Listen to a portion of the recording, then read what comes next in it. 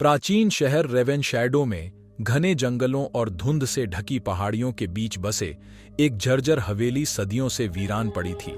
स्थानीय लोगों ने दबे स्वर में वानथॉर्न मनोर के बारे में बात की, जो एक अस्थिर आभा से ढका हुआ स्थान है। किंवदंती है कि अंतिम वानथॉर्न एक एकांत प्रिय अभिजात अमृता की तलाश में अंधेरे कलाओं में डूब गया। ढहते गलियारों में अजीब प्रेतात्माओं और भूतिया चीखों की फुसफुसाहटें गूंज रही थीं।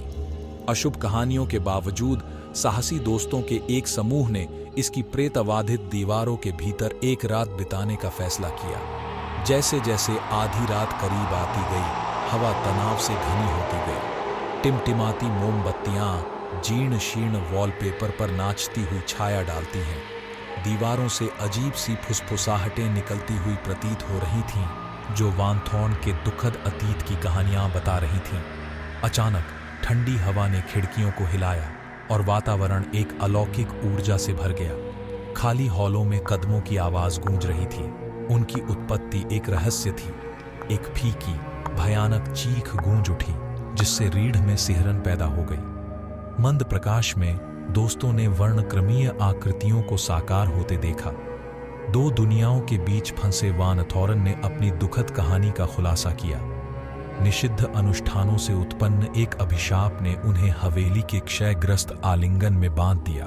जैसे जैसे भूतिया दृश्य आगे बढ़ता गया, दोस्तों में निराशा छा गई। वे हवेली के पुस्तकालय में एक प्राचीन कब्र पर ठोकर खा गए, जिससे एक अनुष्ठान की खोज हुई जो अभिशाप को तोड़ सकता था। जोखिमों से अनजान, कांपते हाथों से उन्होंने निर्देशों का पालन किया। जैसे ही जादू अपने चरम पर पहुंचा, हवेली कांपने लगी और एक चकाचौंध रोशनी ने उन्हें घेर लिया। वानथॉर्न की सताई हुई आत्माएं गायब हो गईं और अपने पीछे एक भयानक सन्नाटा छोड़ गईं। एक समय प्रेतबाधित रहने वाली वह हवेली अब शांत खड़ी थी, मानो परछाइयां स्वयं उठ गई हों।